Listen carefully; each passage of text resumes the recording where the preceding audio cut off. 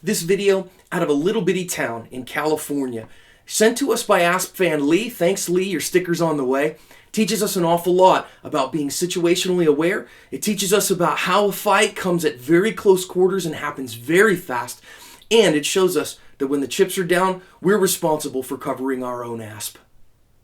This video begins with the clerk just minding his own business, and while he is, this guy comes and throws something in his face. If you go read the story, and our fan has actually given us some more information on this, that was a cup of dirt or sand that he threw in his face, and of course now you can definitely see that the fight is on for real, and it's a close-up fight, guys. So many fights we try to think maybe we've seen in the movies, they happen out at contact distances or distances where you're swinging fists, but so many of them instead end up being grappling, wrestling, what we would call contact manipulation stage affairs. So as these guys finally wrestle, the clerk finally fights him off and the guy runs off.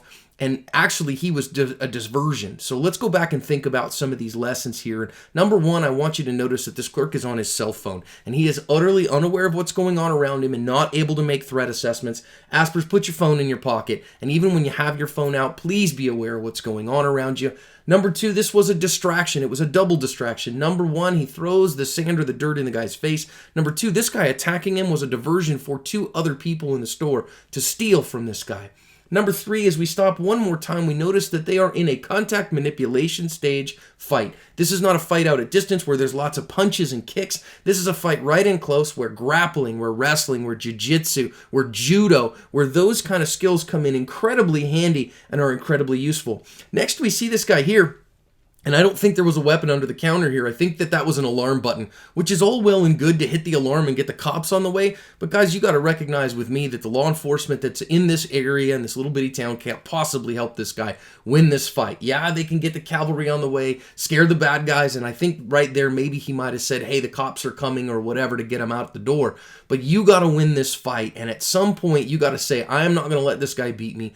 I am going to win this fight. Finally, he does. He gets the guy off of him and pushes him off, and so he's left with some bruises and some lessons about what it means to be ready to protect yourself and aware at all times. So what does this video teach us? Let's remember once again, put your phone in your pocket, Aspers. Please don't let your cell phone take all your situational awareness and threat assessment out so that you get jumped like this guy did. Number two, you better be ready for that fight to close. If you think all your fights are going to be way out at distance, boy, you're really fooling yourself. You better be ready to use your empty-handed skills. And number three, as much good as it does to get the police on the way, they cannot protect you in the moment. Only you can be responsible and to be able to protect yourself in a deadly force encounter or in a physical fight like this one, because only you can cover your asp.